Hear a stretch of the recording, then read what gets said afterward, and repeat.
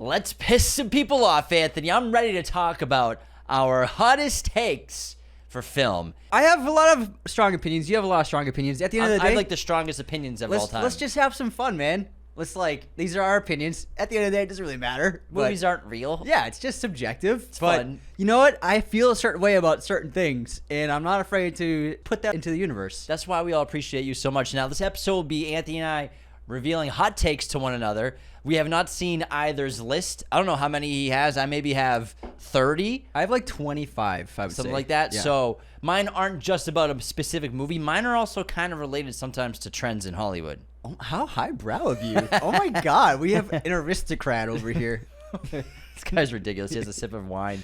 I have my special Jaws wine. Check this out. Are we promoting wine now? No, I just saw it at the store and it was so awesome. I had to get it. It doesn't even say what kind of grape it is. It just says a red blend. Red blend. It's made out of blood. Oh, ooh. It's made out of shark's blood. Shark's blood. Now, I kind of want to start off with something pretty fun. You want to go? Okay. If that's cool with you. It's fine with me, man. So mine's actually a documentary. Okay. And so this whole episode, again, boring. Hot takes only. Or sorry, we're from Boston, so we say hot takes. Fucking wicked hot. Hot takes only for movies. Can be any movie, any period. Doesn't have to be something new. It can be something 80 years old. I'm going to do a documentary first. Okay. A documentary that took the world by storm when it came out 20-something years ago, related to fast food and McDonald's, Supersize Me. Now, my hot take is that Supersize Me, the documentary, is very deceitful. Morgan Spurlock, a documentary filmmaker, brilliant idea, eats nothing but McDonald's fast food for 30 days to see what happens to his health. Mm-hmm. And he documents every single day of the journey, every single meal he films, edits it together into an award-winning documentary that took the world by storm. Yeah. This is massive, massive hit. And, I mean, in a big way, he was an innovator. This is kind of the norm of YouTube now. People do shit like this all the time. Oh, my God. It's a YouTube video. Legit. Like, holy shit. I ate nothing but this for 30 days. Like, Morgan Spurlock, absolute It's a Mr. Beast YouTube video. Pioneer innovator. 100% changed the game. And obviously, I think, for me, when I think about Supersize Me, I think of how much it affected the future of YouTube and what we're dealing with now on YouTube. Yeah. And trends and pranks and all that Why kind is of it stuff. deceitful? So it's very deceitful because in the documentary, his health seriously declines, dangerously declines. Mm-hmm. Liver is starting to fail. Sodium levels off the charts. He's tired. He gains like over 20 pounds in the 3-month period. However, recently, he revealed that he was drinking while doing this, and he was an alcoholic. Like drinking heavily? So drinking heavily during this experiment. So immediately the experiment is fraught. Because yes, of course, eating fast food every day, might not be great for your health. But he failed to conclude and reveal that he was drinking alcohol, beer and alcohol, liquor, while doing this entire experiment. And then, so many of the sequences, he's so lethargic and feels like crap in the morning. He's fucking hungover. Oh my God. He's hungover and dehydrated and feels like crap. Because, hence the liver. Hence the liver failure, because all the doctors were so shocked that his liver was failing so much because they're like, you would only see this in alcohol damage. It's like, yeah, because he was drinking the whole time. This movie shined a light on a lot of health issues that people are dealing with, but also so much of it is the way you live your lives, lifestyle based. Go for a fucking walk and work out, and you can have a Big Mac. It's going to be okay. But so many people have done the study of eating fast food and losing weight. I want to thank you for multiple reasons. Why? On our hot take episode, which is supposed to be the most exciting one in months. You did a 15-minute breakdown of a movie no one under 25 has heard of. What are you talking about? No, everyone knows Supersize Me. I thought that was a hot way to start the episode. I'm sorry. And that was not 15 minutes. That was 3. I'm sorry. I had to roast you, man. You asked me about it. You asked me questions. You said, James, I would love a detailed explanation of you were tapping your chin. All right, moving on. It was great, man. It was great. It was wonderful. I learned a lot. The other one's a bit quicker. All right, here's a hot take about movies that you've heard of. Oh, shut up. Everyone's heard of Supersize Me. Get out of here, this guy. I'm sorry. I just gotta roast you. I gotta roast you, man. I have a crazy hot take for movies. Right, for fictional narrative movies. This fucking gun. Talk about Batman. I got a hot take about Batman. Which one? I think that all 3 of the Christopher Nolan Batman movies are better than the Batman. Explain. You got any explanations on that? I think. Of course I do. So, I mean, I think the Batman for me is probably number 3. I go The Dark Knight, Batman Begins, probably the Batman, then Dark Knight Rises. Hey, probably. I respect that. I still think the filmmaking, the music, the spectacle, everything about Christopher Nolan's world building, and I think Dark Knight Rises actually gets a bad rep, and it's way better than people say it is. I think that movie's highly entertaining, really smart. I love the Bane villain, and I really like the exciting idea of holding an entire city hostage. It's crazy to pull that off, but Nolan did it. It was so exciting. I think all 3 of those films, for me, are stronger, more entertaining, have so much heart to them, and so much emotional gravitas to them.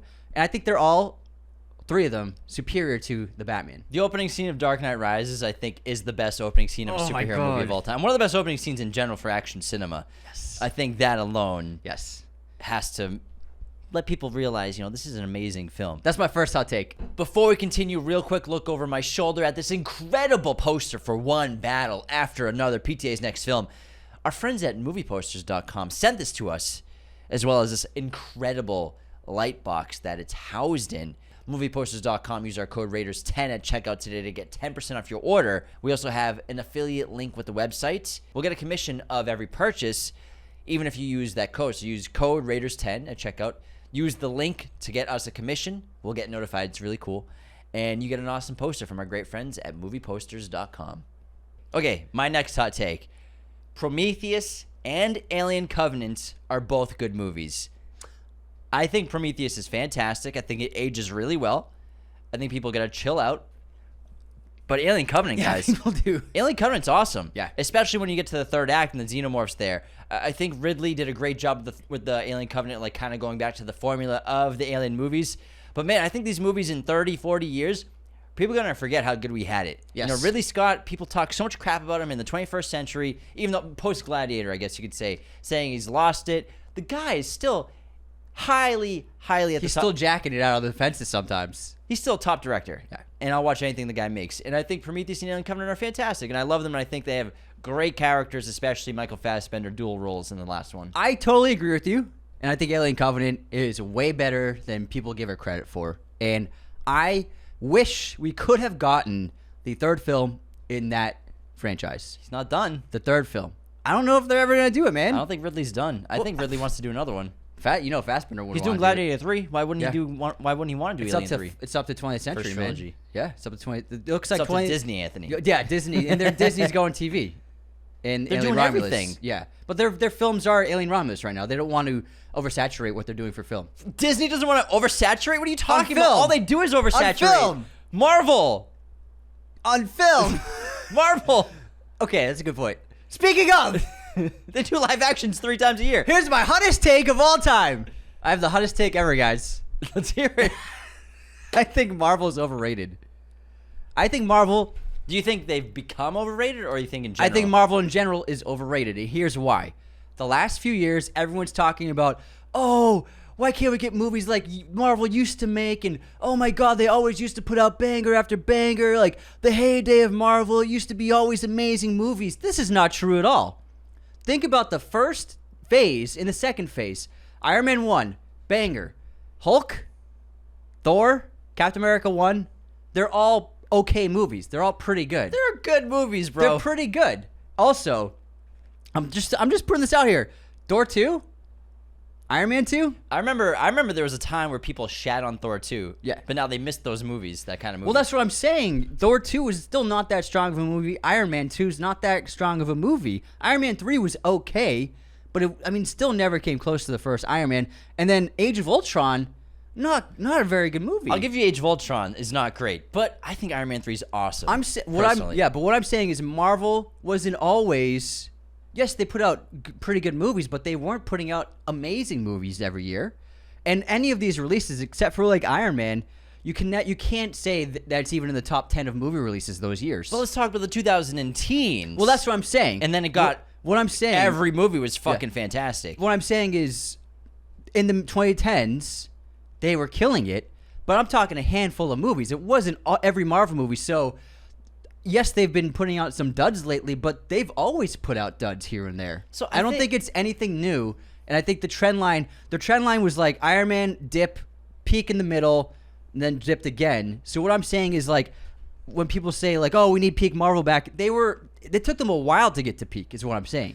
I think that's a strong statement. It's a very hot take. And overrated is a strong word because I think the impact they've had is so big and so massive and mega.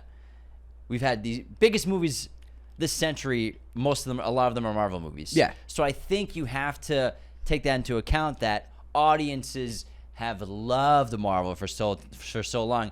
I think they've become overrated now. I think there was a time where they were aptly rated. I think there was a time where almost every movie that was a Marvel movie coming out was a banger, and they were awesome, and everyone was having a good time. I'd say and half if of it wasn't the best movie ever, it was fine because it was still fun.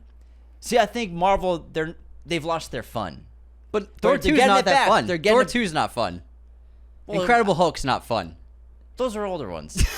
Age of Ultron is not really that fun. It tries to be fun.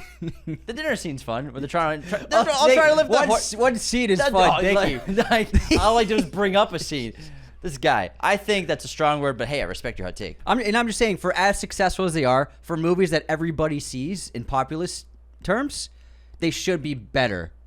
If everybody's the Star Wars movies, yeah, I think but their Star Wars movies aren't heralded as the greatest things in movies. The Marvel movies aren't either. For a lot of people, they are movies. They are movies. That's what I'm saying. No, but for a lot of people, for some people, those are movies. Like that's it. You mean like that's the movies cinema. that matter? Okay, sorry. That's what I mean. Because they don't go to. They're not going to see one battle. Like a Harry Styles thing. Like they're movies because people think they're movies. No, I'm saying they're not going to see one battle after another. Oh, they're not. But they're going to see the fourth Ant-Man movie. No questions asked. No, that's true. That's what I mean. Good point. That's what I mean. Good point. Good point. I told you I got hot takes today, man. That's fiery. I got another hot take right here. Fucking hot take. It's become a hot take. Sex scenes are great and fun, and they should be in more movies. If you saw Caught Stealing, there is a really good sex scene in this movie. And I think Aronofsky did an awesome job with this moment with Austin Butler and Zoe Kravitz. It's excellent. It's steamy. It was intimate. I was in the theater like, I'm like, this is good, man. This is good stuff. And they didn't show anything. And they didn't show much. Yeah. Zoe's they're still in underwear the whole time. Yeah. I think that obviously the younger generation they want less sex and intimate relationships in movies, which is sure, I guess their generation. And this is based on surveys, multiple surveys. Yeah, that's their generation's leaning that direction. But there's still plenty of us that love it, and it makes movies better.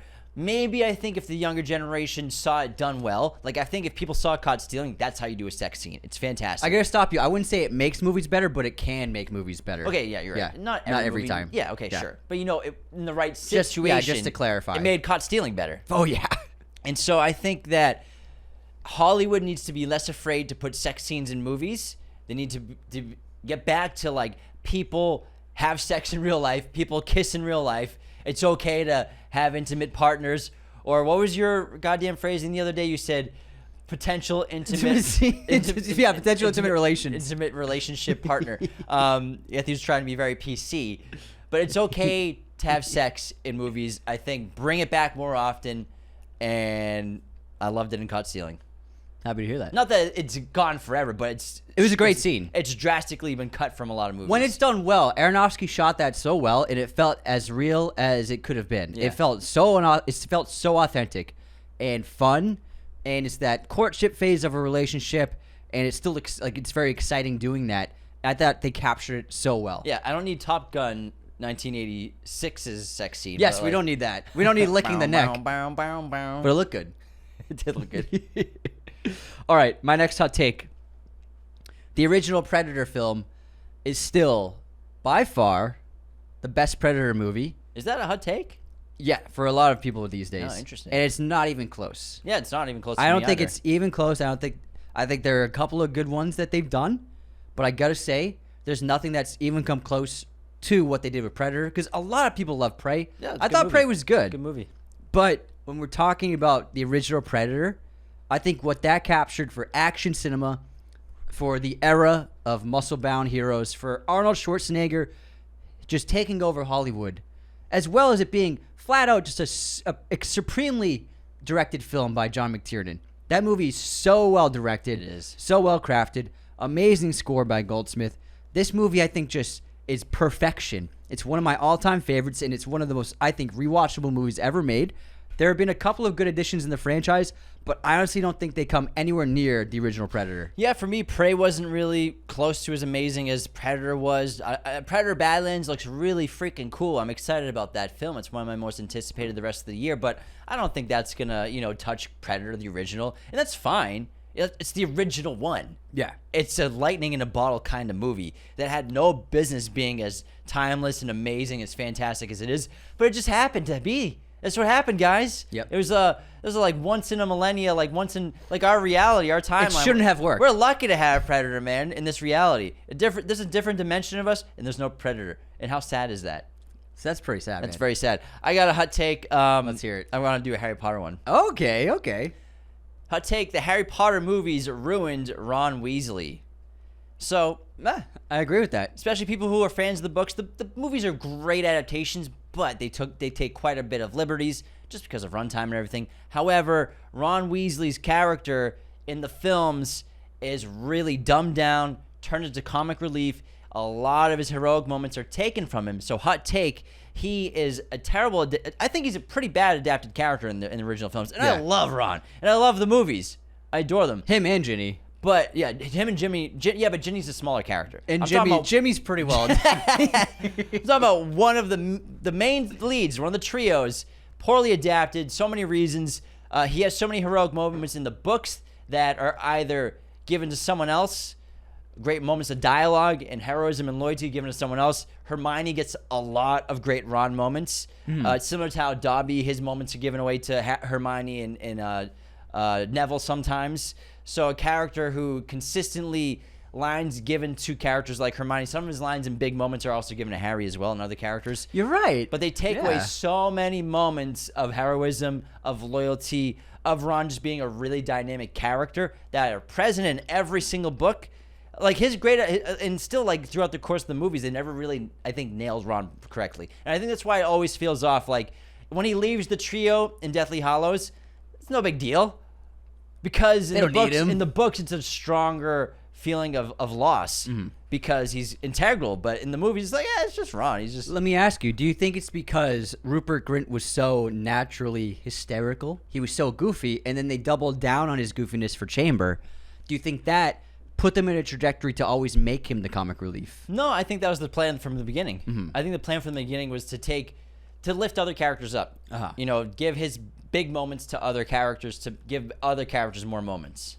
I think that's what their plan was. I just think I feel like I remember Columbus saying that during Sorcerers they saw that Rupert was so funny. But they were still doing it. But the script of Sorcerers already doing it. Yeah. But I feel like I remember him saying that he was so funny that they amped up his humor. No, but still, like, it's not like he's running jokes the whole time. A perfect example of is when Shrieking Shack, Prisoner of Azkaban. I've been through the books a lot, so I know this pretty well. When Shrieking Shack, they discover Sirius is there, obviously, and Sirius has them all cornered. In the book, Ron says, if you're going to kill Harry, you're going to have to kill us too. Yes. In the movie, Hermione says it. So there's so many great moments for Ron that you don't realize they're not his moments because they're in the book his moments, but they're someone else's in the movies. Which doesn't really make sense because Hermione does so much. But also, and that's not a Hermione line. Like Hermione wouldn't say that. Like I feel like it's a reckless, batshit crazy thing to say. Yeah. Hermione's so logical and smart. She would never like, kill me before you.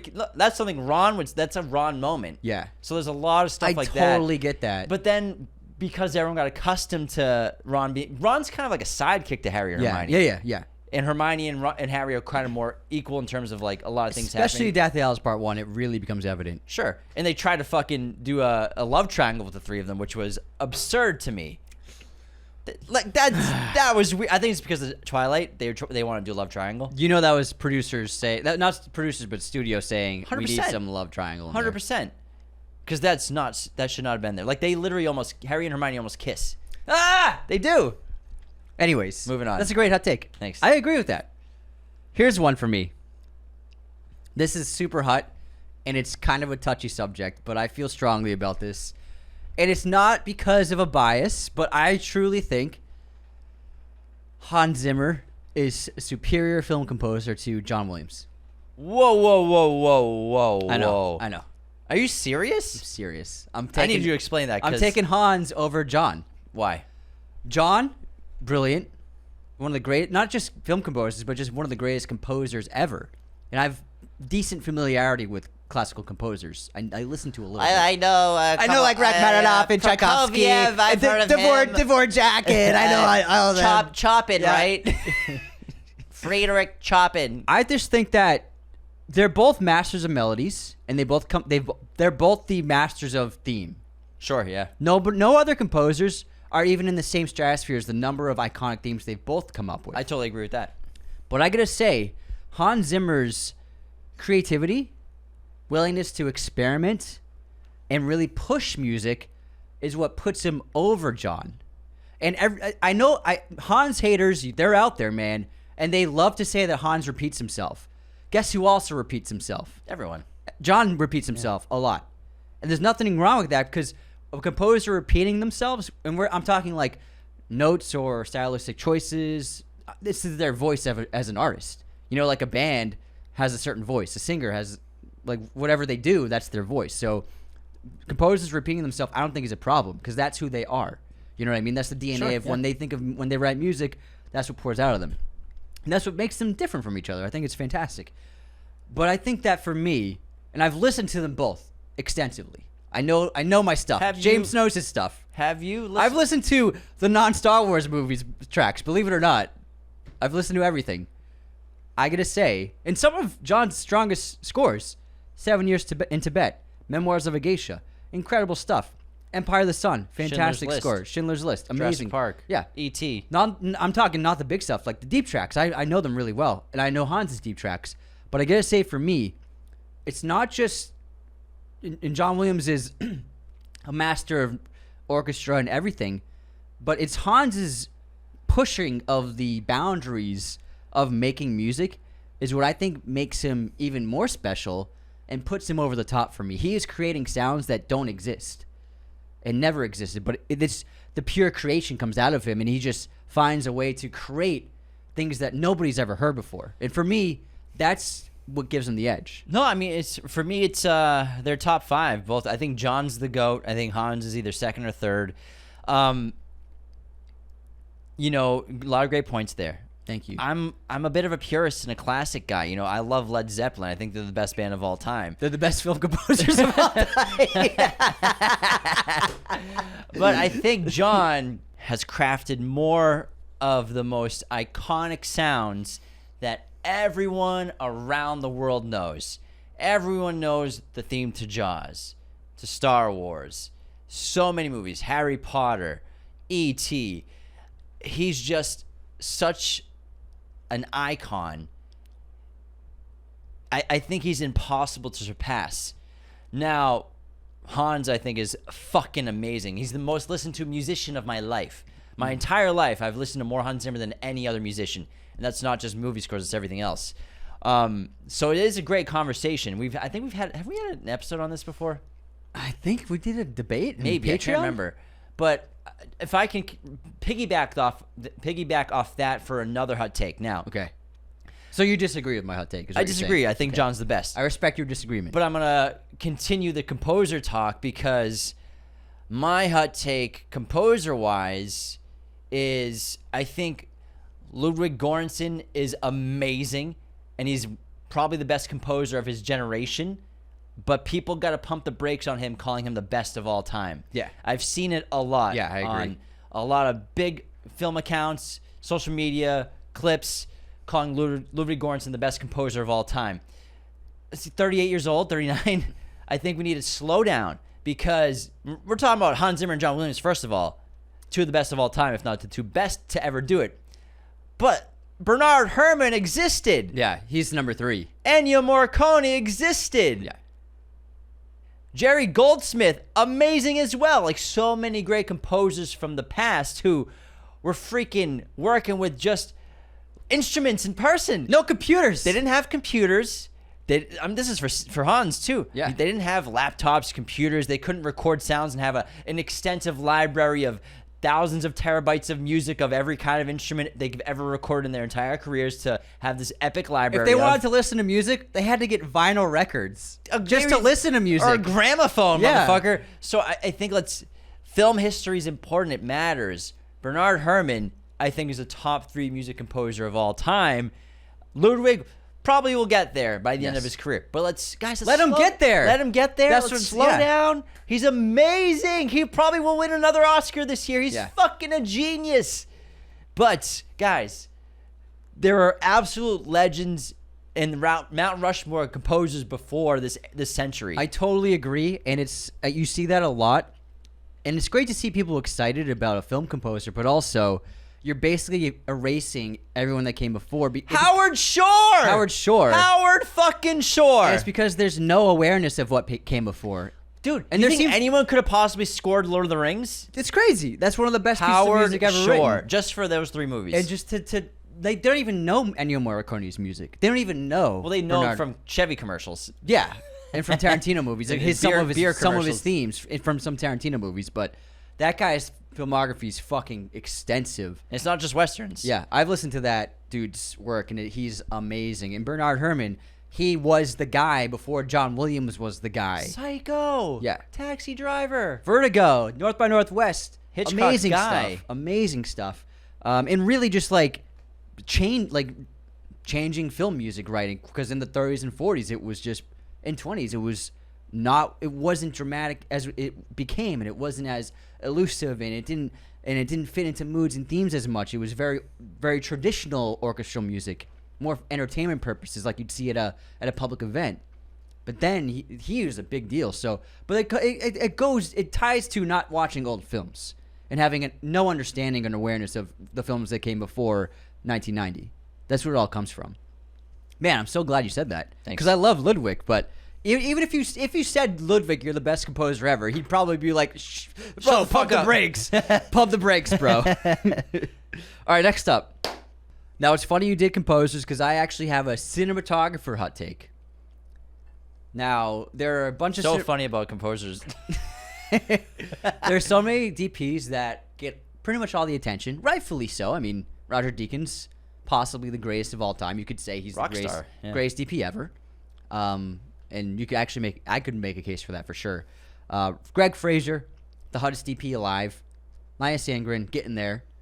And then Hoi Van Hoyema, Nolan's new guy.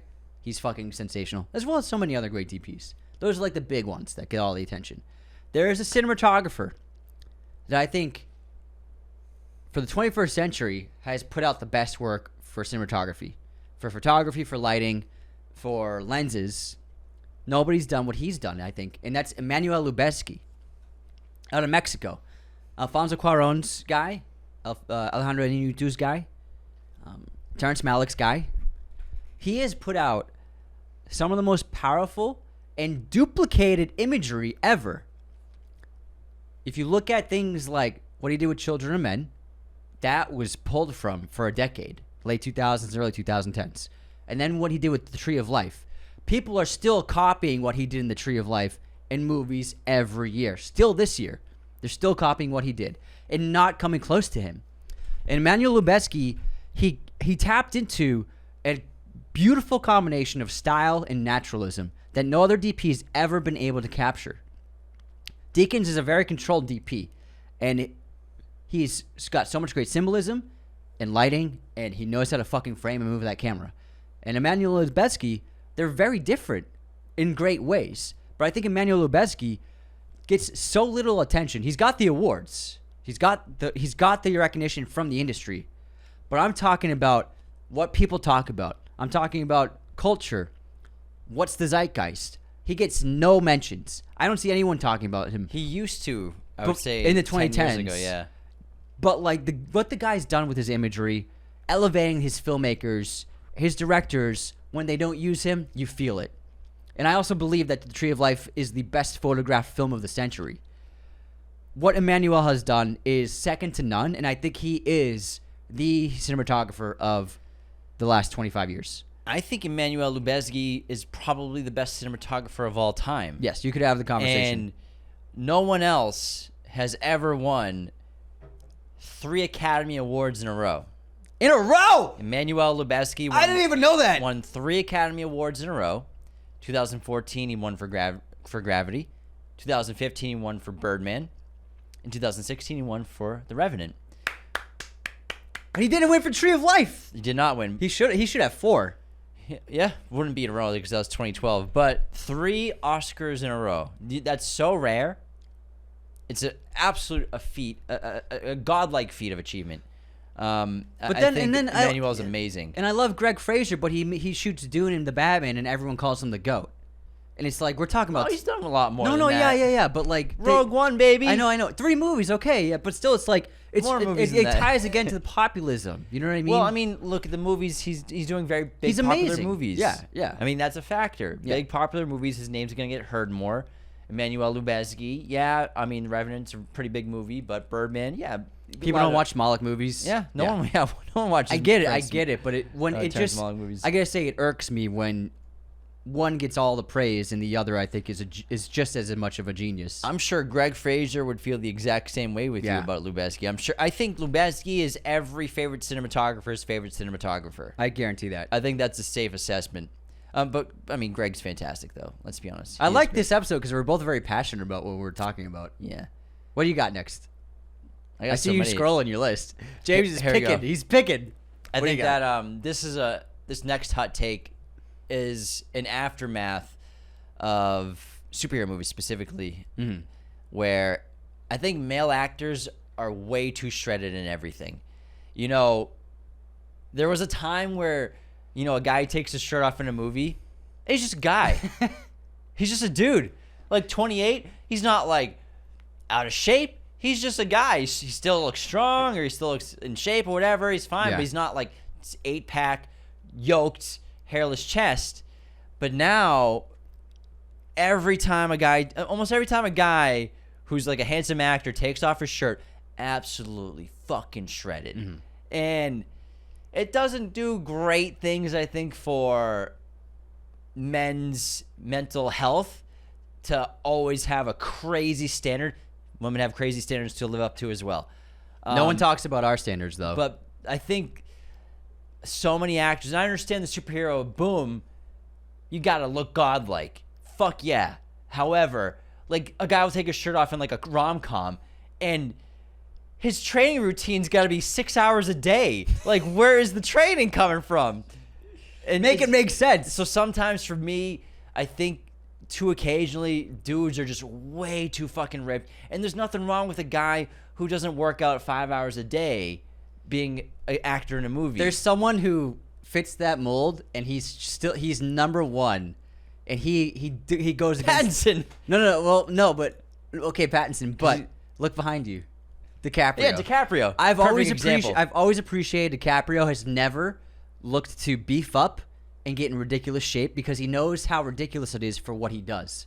So yeah, and I think there's levels to it. Like I think whenever someone's playing Spider-Man, that's fine. They're not like enormous. They're more like athletic, which is cool. They're light, athletic. Yeah, I mean, when we look at people say Toby's jacked in the mirror in Spider-Man 1. Not anymore. He weighs 130 in that. When I was a kid, I thought he looked like the Hulk. Yeah, I thought he was yoked, but he weighs 130 But now the standard's just absurd, which is fine. You know, I fucking love Arnold Schwarzenegger movies, but there was something about John McClane as an action hero. Yeah. Bruce Willis out of nowhere becoming one of the biggest. There's a time action to be stars. jacked, and there's a time you don't need it. Yeah. But like Arnold is fine. That's part of his brand. You could say for sure. But you know, I love the action hero. I think that's why Bob Odenkirk's pretty cool as nobody. It's like going back to like an everyday looking person. Keanu's never been jacked. Keanu, yes, a great never example. Been jacked. I And that's why I like John Wick a lot. That's an excellent example. Oh my god, well. I have a John Wick hot take. Let's hear. All right, let's roll into your John Wick hot take. But I kind of think like less 12 packs in movies. Yeah. All right, I got a hot take about John Wick. Let's hear it. Jason Bourne's better than John Wick. The movies or the character? The movies. The first three.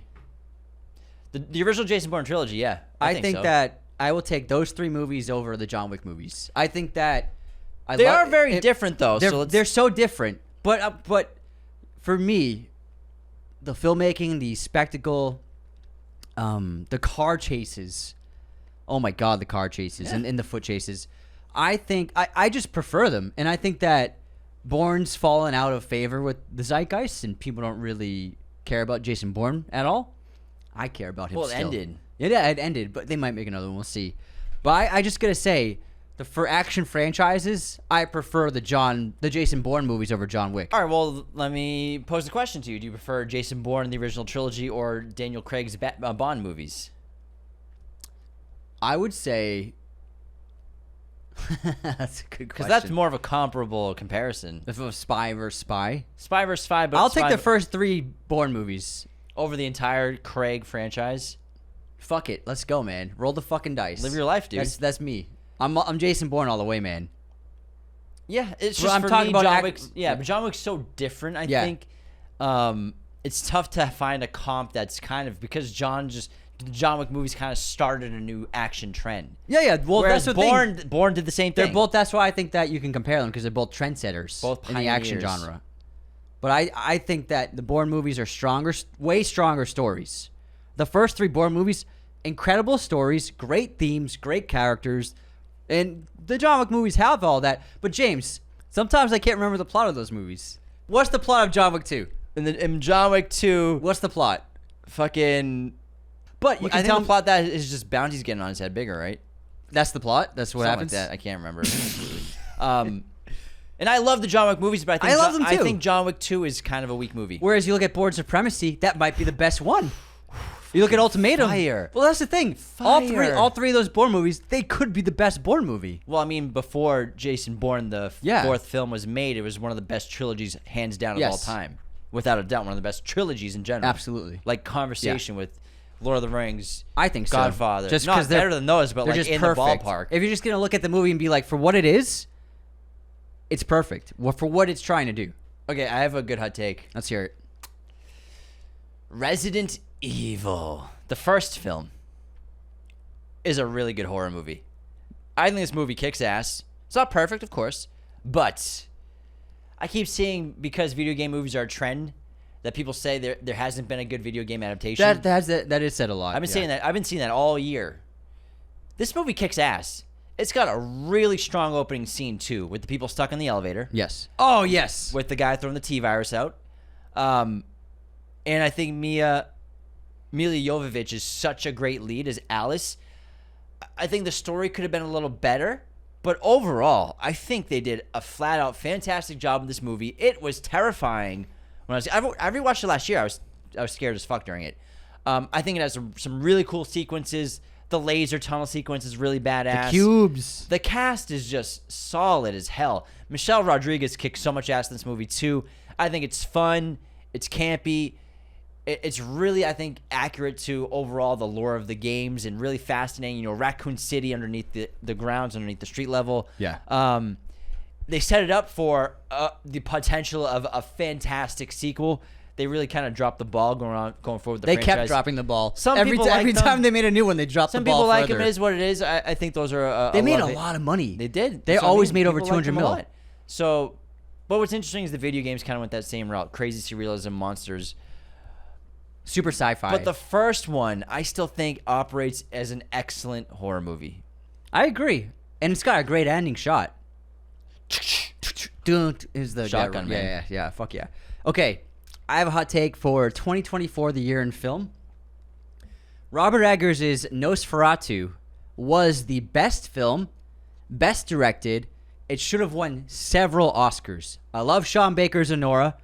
We also Conclave, Complete Unknown, Brutalist, Dune Part 2, Substance, blah, blah, blah, blah. A lot of great movies. Anora and The Brutalist got pretty much all of the awards attention. I think Nosferatu, what Robert Eggers did, was far and away the best achievement of filmmaking that year. It got no love. I don't understand it because it's maybe the horror genre, but what he did as a director and that film as a whole was the strongest piece of artistic filmmaking of 2024, and I honestly don't think it was that close.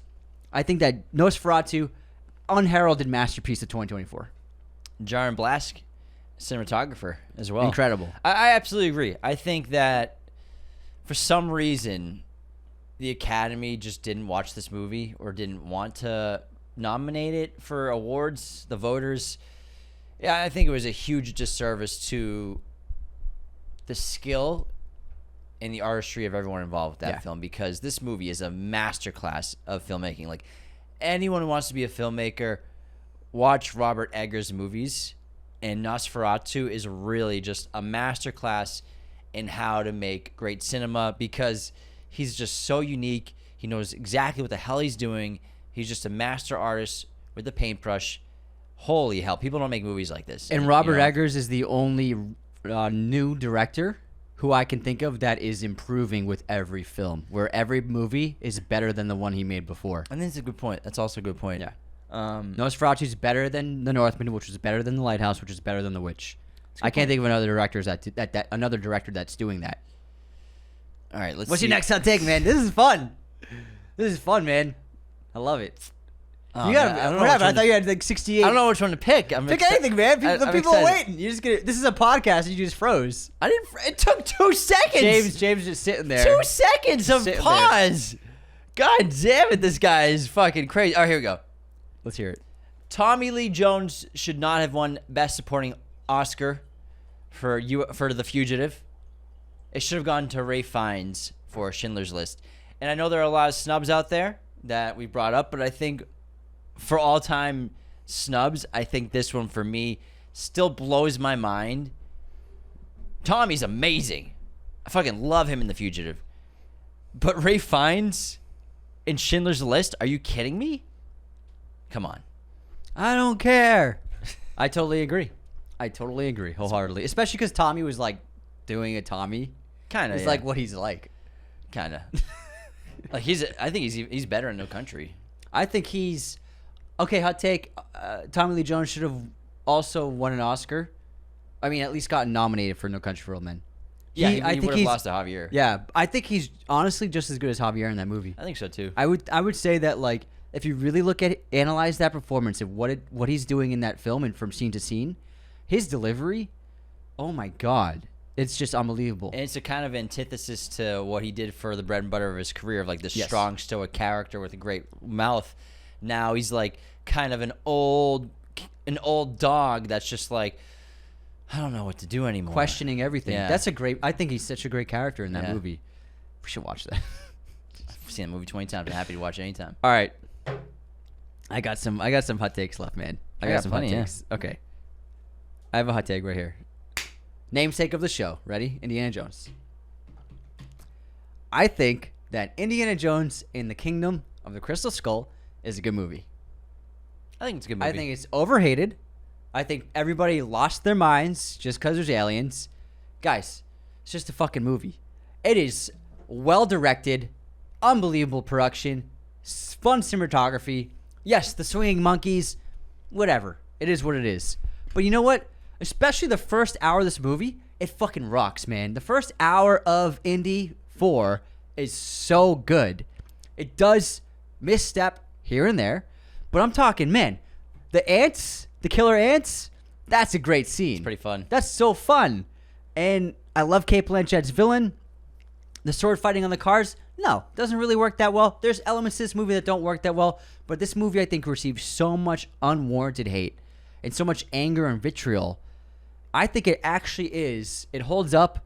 It's really fun and entertaining, and I think it's a good movie. Sue me. Don't literally say that. Someone will. For what? Causing distress. That's why we have an LLC, baby. All right, how about we run to our intermission? That's a hot take. And then we'll run back to discuss way I don't more wanna hot run. takes, because I got a lot more to go. Now, before we get into the intermission, I just want to let everybody know we now have memberships on our YouTube. The coolest perk, 99 cents a month. You get access to our episodes before they post. So we generally upload them a day or two in advance. If you do the 99-cent membership, you'll be able to watch our episodes before anyone else, right when they upload. Yeah, and I mean, this is how we pay our rent. Yeah. So it is very helpful and very beneficial for subscriptions to, help us pay our bills. It's expensive to live in LA, and we love doing the show full time. But, we know a lot of you understand this is how we make a living. So anything you can help with support for subscriptions on YouTube would be amazing. Just hit the subscribe button on YouTube. $1 a and month, and they can listen as soon as it gets uploaded in the drafts. Patreon.com/Raiders Lost Podcast. For as little as $10 for an annual membership, you can be a member. That's where the Letterboxd Recap lives now. 5-star ratings and reviews on Spotify. It's a massively big way massively big way, a massive way to just support our show. Anthony's drinking wine. It's like I'm getting I'm like getting contact buzzed. I'm not even drinking. It's a huge way to support our show. Massively huge way. Massively enormous. These ratings are beneficial to get us reputability for the show. People see, oh, they got a couple thousand ratings. I'm gonna give them the shot. I love to read. Get the shot. Get the shot. Written reviews out from Apple Podcasts. I'll immortalize somebody in just a minute from there. Subscribe on YouTube in addition to getting those memberships. Not to mention, sharing with your family and friends is massively huge for us growth-wise. Send them your favorite episode. Follow us on Instagram, TikTok. Engage with our content. You know the deal. This episode, of course, like always, is sponsored by our amazing friends at movieposters.com, the #1 place to get your posters online today. Be sure to use our promo code Raiders10. That'll always get you 10% off your order, as well as the affiliate link in our description. They have a huge selection of pretty much every film and TV show in their poster library, as well as all sorts of framing options like backlit poster frames like the one behind James of one battle after another. Those are amazing. Make it pop like it's a movie theater. They also have really cool UV light blocking frames that maintain the integrity of your very valuable posters forever. All sorts of choices like your favorite Hollywood classics, your favorite modern blockbusters, international posters, alternate prints designed by really talented artists. They got it all at movieposters.com. Our place is decked out with these posters, and yours should be too. Get all your posters at movieposters.com. Use the promo code Raiders10 to always get 10% off your orders, and the affiliate link to give James and I a little cut of the action. All right, let's get into our intermission. You ready, pal? Ready. I got a good one. Now, this is Better be good. 4 characters. Here we go. But it's a lot of fun. Here we go. I just have PTSD from all your lists. You love my lists. Sometimes I love them, yeah. You're fond of me lists, aren't you? You're fond of me lists. Tell me you're fond of me lists. Anyways, Lighthouse reference. Okay, here we go. We all got it. Maybe not everyone did. They did. Okay, here's the first character. A doctor who specializes in skin diseases will dream he has fallen asleep in front of the television. Later, he will wake up in front of the television but not remember his dream. Next character. If all the animals along the equator were capable of flattery, then Thanksgiving and Halloween would fall on the same day. Next character. When I was 4 years old, I watched my mother kill a spider with a tea cozy. Years later, I realized it was not a spider. It was my Uncle Harold. Next character. Oh, let the sun be down upon my face. Stars fill my dreams. I am a traveler in both time and space to be where I have been. What the fuck is Dude, I was lost after the first one. What is it? Ocean's 12. Oh, the codes. This is when they go to Matsui, played by Robbie Coltrane. Danny and Rusty, they're speaking in code, and Linus thinks he can. Oh, I'm ready for this, but yeah. Oh my god, that was great. That was the best one ever, I think. I think that was the best quote ever. That was so good. Aren't you glad I went for a long one? Yeah, that was cute. That was good. That was good. All right, here's mine. Congratulations, you are still alive. Most people are so ungrateful to be alive, but not you. Not anymore. Saw. Yes. Congratulations, you're still alive. That's a good one. Good one. Anthony, guess this movie release year. 2004. Oh. What a fucking idiot. Am I high? Anthony's the one drinking wine. What the fuck? I swear, this is like this is some twin shit. Like, your drunkenness is seeping into me. You know what it is? What? It's the heat. Oh, it might be the heat. It's really hot in here. You were like so confident. You were like, 2004. It was going to be Van Helsing, but... All right, let me pick another movie. Oh my god, that was ridiculous. That was pretty bad. I thought you were going to do like 2001. Anthony, what year did Vice come out? Vice? Vice. 2015. 18. I like the Van Helsing one better. Yeah, me too. I like it better when you tell me what it is. All right, what year did The Fast and the Furious come out? The original? That's what I said. The Fast and the Furious. Just double That's what the checking. original's title is. Shit. 2001. Yeah. Shit. James is 2 for 2. Shit. Holy shit. Got your ass. Dude, I almost had you. Movie pop quiz time. Anthony, what Johnny Depp film follows him as an investigator searching for Jack the Ripper? From Hell. Nice. Got it. Thanks. Robbie Coltrane's also in that. He is, yeah. Yeah. Yeah. Next up. James Lewan launched what franchise? James Lewan. James Lewan. James Wan launched what franchises by directing at least their first film? That's a good question. Can you name them? Insidious, Yes. Conjuring, Mm-hmm.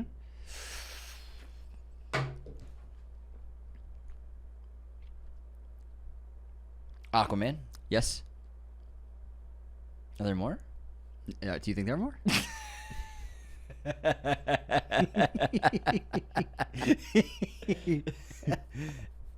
That's it. Annabelle? Saw. Oh my God, that's His right. fucking breakout movie, Forgot, bro. man, yeah. I'm surprised he got Insidious. I was like, he's not gonna get it. I was like, he might not get Insidious, but he didn't even get Saw. I got 3 out of 4, bitch. Did you get the question right? No, but you're laughing at me like I didn't get anything right. Yeah, but of like all the movies, it's Saw. It's the one who broke him out. Okay, I fucking got 1 question of 4 wrong. We saw him in person last week. We sure did. It was really cool. We sure did. He seems And so he pointed nice. at me. He said, "What was my first movie?" I froze. Sorry, James Lewan. I got it wrong. James Lewan, director of Saw. Let's get into our unsubscribes for today. Brought to you by James Lewan. All right, first up, the Dude Abides. Was just about to comment about Ellen Bernstein when you mentioned her. Thanks for ruining my witty and hilarious comment. I will say another actor from that film never gets enough love, talking about Requiem for a Dream. It's Dominic McLaughlin. I was gonna say Wayne's or someone, or like Leto. This joke is going so far. This is amazing. Oh my God. I hope someday Dominic McLaughlin knows how Listens to this. iconic he is in the show. Yeah, this inside joke. Talking about our 101 best performances from The Ringer. Jeffrey Hinckley, no Ice Cube in War of the Worlds? Unsubscribed. Jacob Dawes. The top of the list is high, and the bottom of the list is low. Get it right. Unsubscribe. That's still confusing. No, I agree No, because yeah. it's from top down, so high to low. No, Jacob. Who is it? Jacob? It's Jacob. Yeah, their name is Jacob, right? Yeah, Dawes. So what they're saying is, number 1 is high, and number 100 is low. no. Yes, resay. The top of the list is high, and the bottom of the list is low. Exactly. Yeah, the top of the list was 101. The bottom of the list was 1. But So lower is better. But we don't know exactly what he meant, though. That's exactly what he meant. That could be interpreted. That's what he meant. That could be interpreted either way. No, it's how. It's how the list was laid out. High to low, 101 to 1. High to low. Jacob, can you please, for the sake of James' I don't know, man. understanding, reiterate that you meant the lower means closer to 1? We need more specificity here, guys. I don't think we do, but apparently James does because he's not I do. understanding I want this. specificity. Well, whatever, man. Anyways, I want very detailed explanations here, guys. next up, JN. This is my chance to unsubscribe. Charlize Theron. That was you. Was it? Maybe. Nearly as bad as Guile, obviously. Not even in the same ballpark, man. That's what they think. Not That's even what in the same. It's probably worse. No way. It's probably worse than Guile. No way. Guile is the slip up of the century. Thank God millions of people to listen to the show. Otherwise, I it would wish have been they did, embarrassing. man. I wish they did too. one day, anyways. Guile. All right, Nicolette Anne Marie. I've heard that Springsteen, Deliver Me from Evil, will be another fantastic horror film That was me. to join the rest of the original horror flicks so far in 2025. Oh, That and one killed- unsubscribed. You made me spit my coffee, aka make a mess from laughing so hard. That was funny. It's Slip up. Delivery from Nowhere, James. Deliver Me from Evil. It just came out. This is so many horror movies every year, man. So we got a bunch of people complaining that we spoiled weapons in the best movies of 2025 episode, but I don't think we really did. And Mika actually backed us up. I was a bit upset when I thought this episode spoiled weapons, talking about who and what the villain was. But I have to admit, having not seen the movie, I don't think you guys really spoiled it at all. I guess I'll have to stay subscribed. Thanks, pal. For now. Is it Mika or is it Micah, Anthony? Micah? It's Micah. M-I-C-A? Is it? Mike? H? Hey, M-Man. M-I-C-A-H? Yes. It's Micah. Micah? It's not Mika. Mika. Sorry, Micah. Is it Micah? I'm pretty sure it's Let Micah. us know. He's a regular commenter, so Yeah, let you us always know. say Mika. I just can't help it, man. The spelling. Micah, you gotta send Anthony a voice note of how to say your name. All right. Last one. Burnt face drumming. Burnt face drumming, I mean. I have a daughter who was 2 years old when I watched First Man. The bracelet drop is the hardest a movie has ever affected me. I'm 36 years old. For that reason, it's the top 10 all-time movie for me. Also, because you dare mention the movie and make me think about it, I must unsubscribe. Sorry. So emotional. I love that scene. It gets me every time. That's it. Thanks, guys. I have a great 5-star written review from a new listener. Ooh. Trent731U. Found gold. 5 stars. I discovered these guys last December, shortly before graduating college, and they instantly became one of my favorite podcasts. 2025 was initially a tough year for me, as I spent the whole year endlessly applying to jobs and finding other sources of income. But these guys were a big reason why I was able to laugh and smile every time I opened YouTube or my podcast app.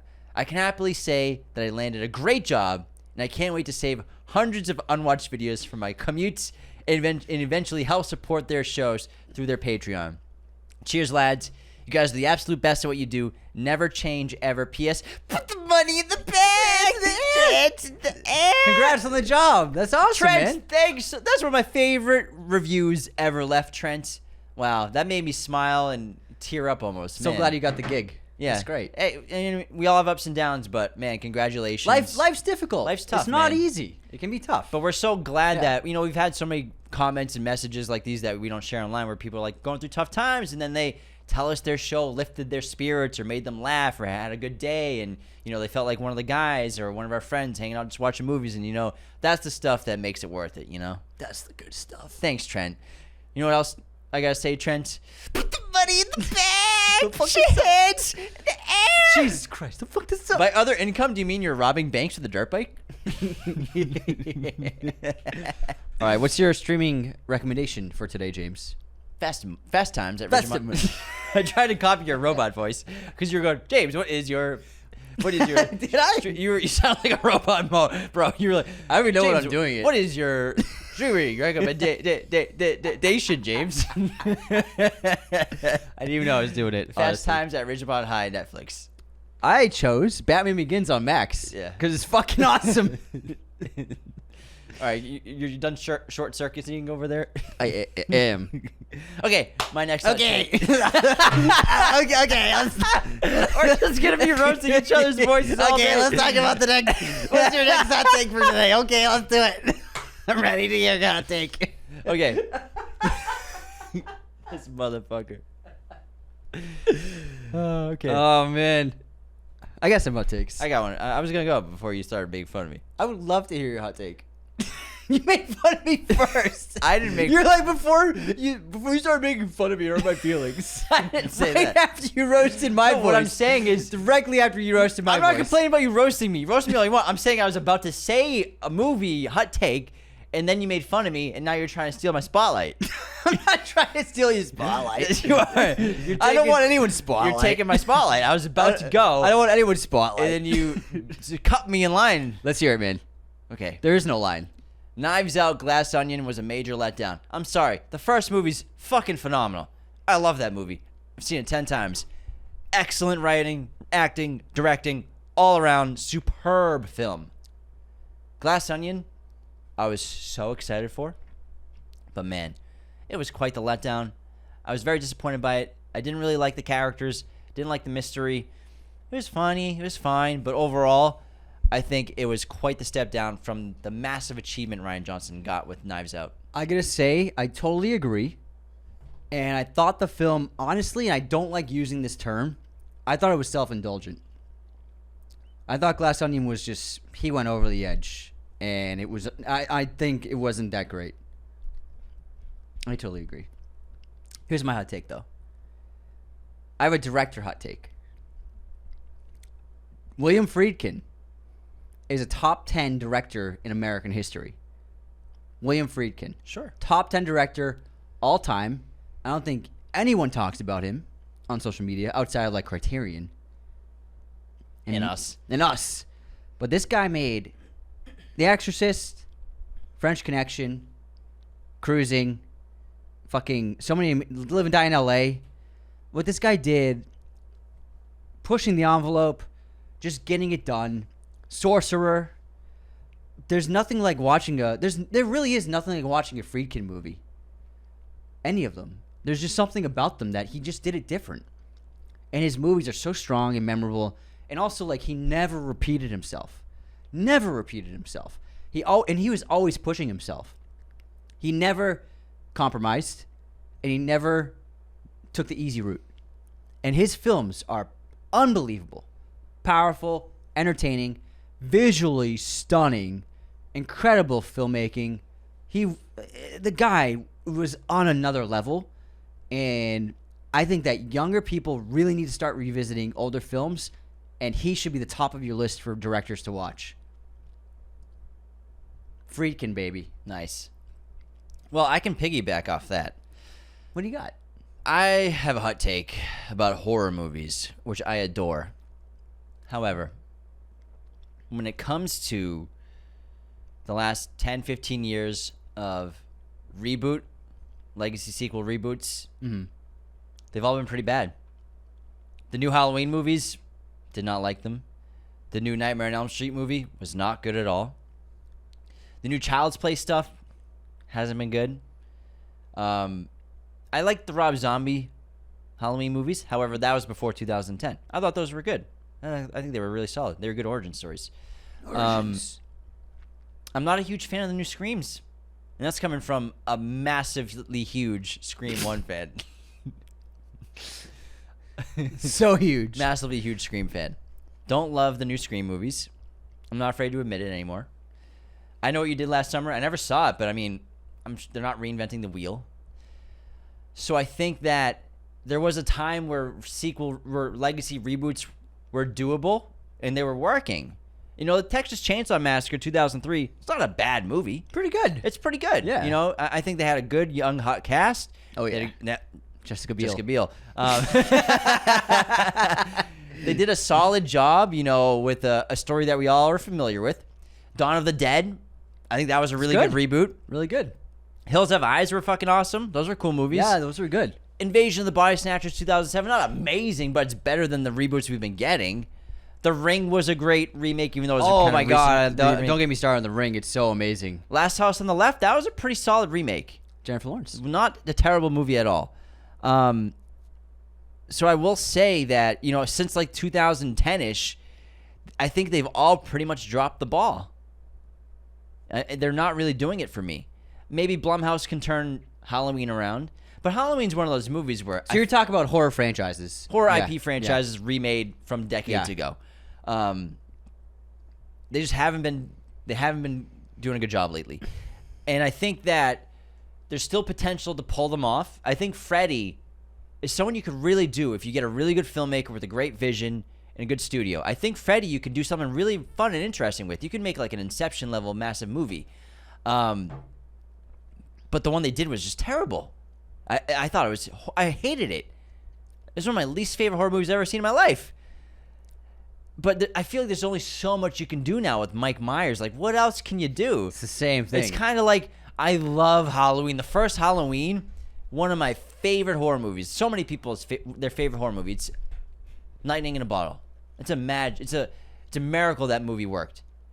But even after that movie, it's like, maybe another sequel will work fine. But like, what else can you do with Mike Myers? Jason, I'm curious to see what they'll do. I'm sure they'll get a reboot soon. But yeah, the TV show. Freddy, I think right now for me is the one that has the most potential to do something great with. If you get someone great to do it.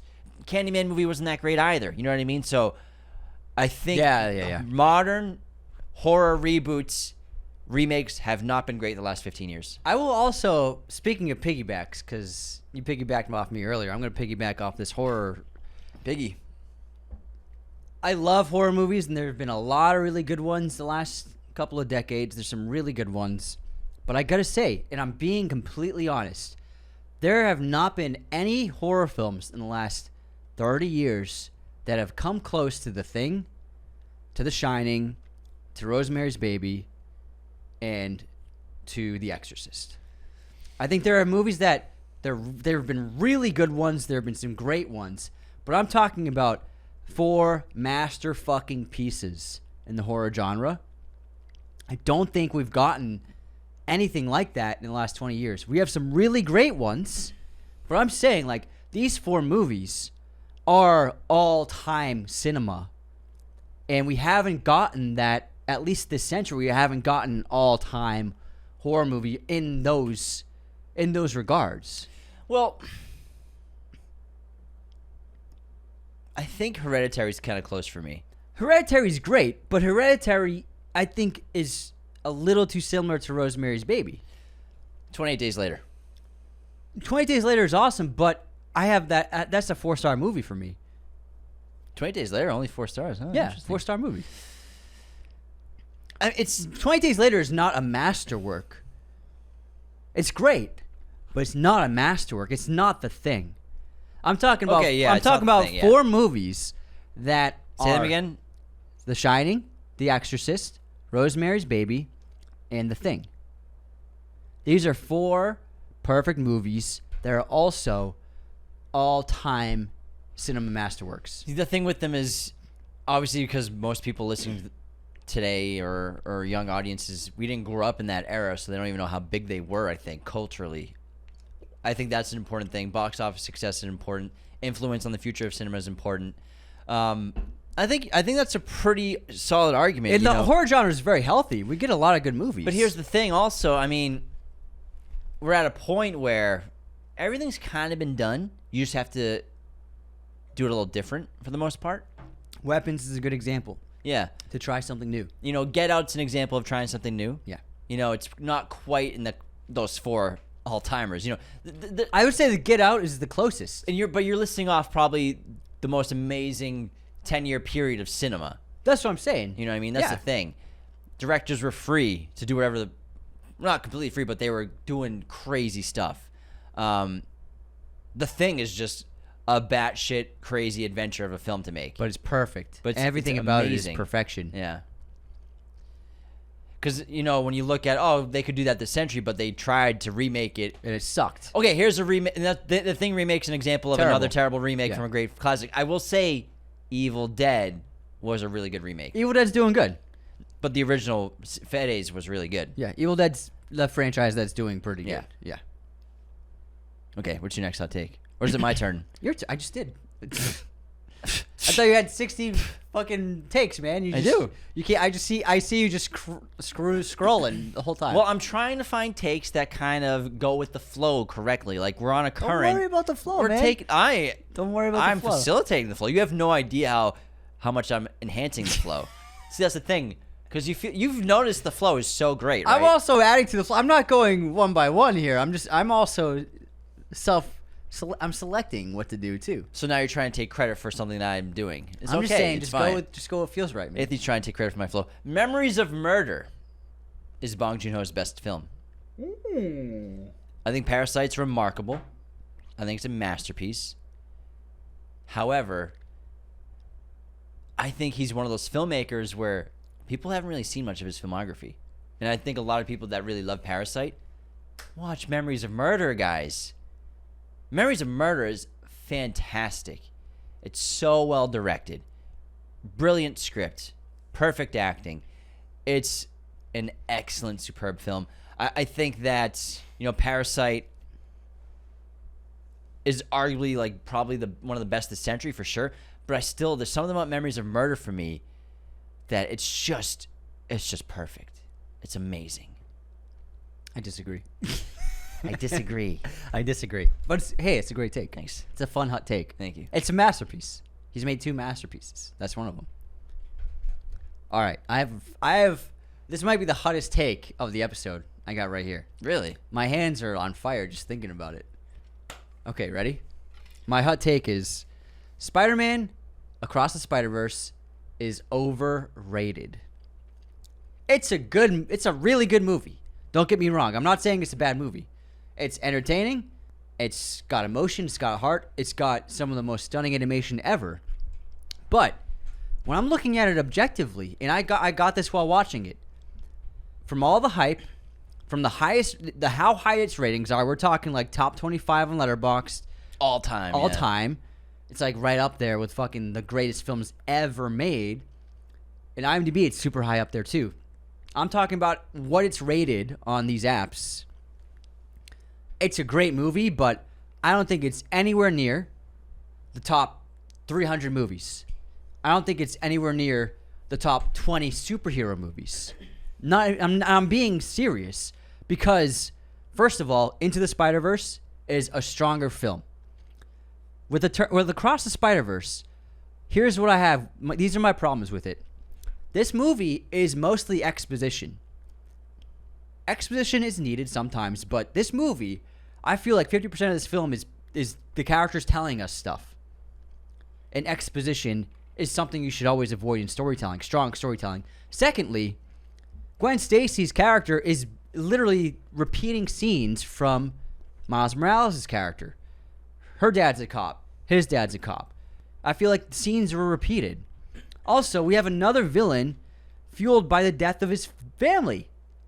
Kingpin, and then Spider-Man 2049, whatever his name is. Oscar Isaac.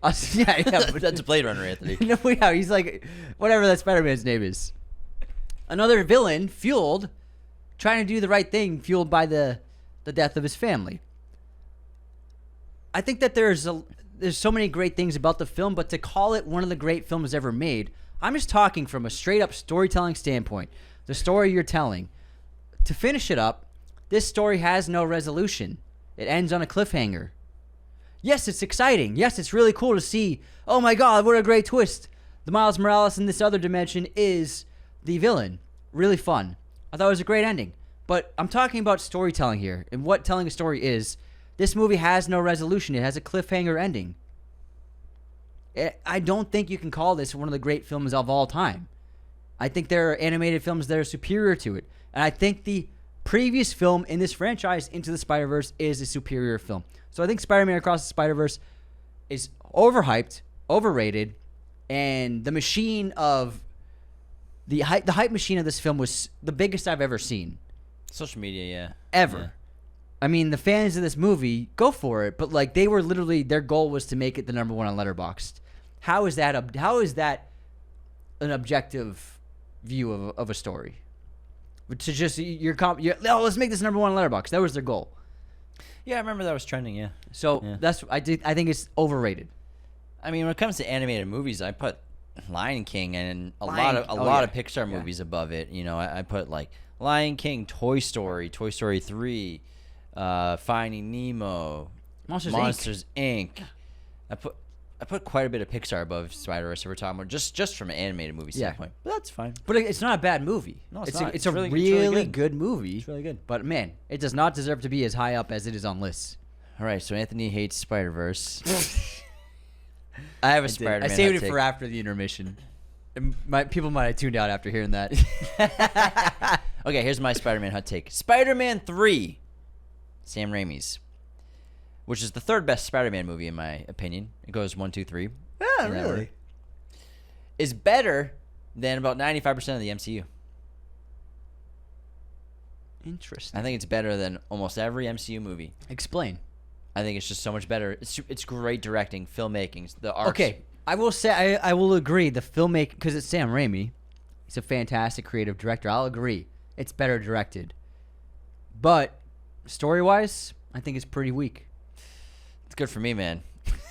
It's good enough for All me. you need is Franco saying, so good. So good. How's the pie? So good. Making pancakes.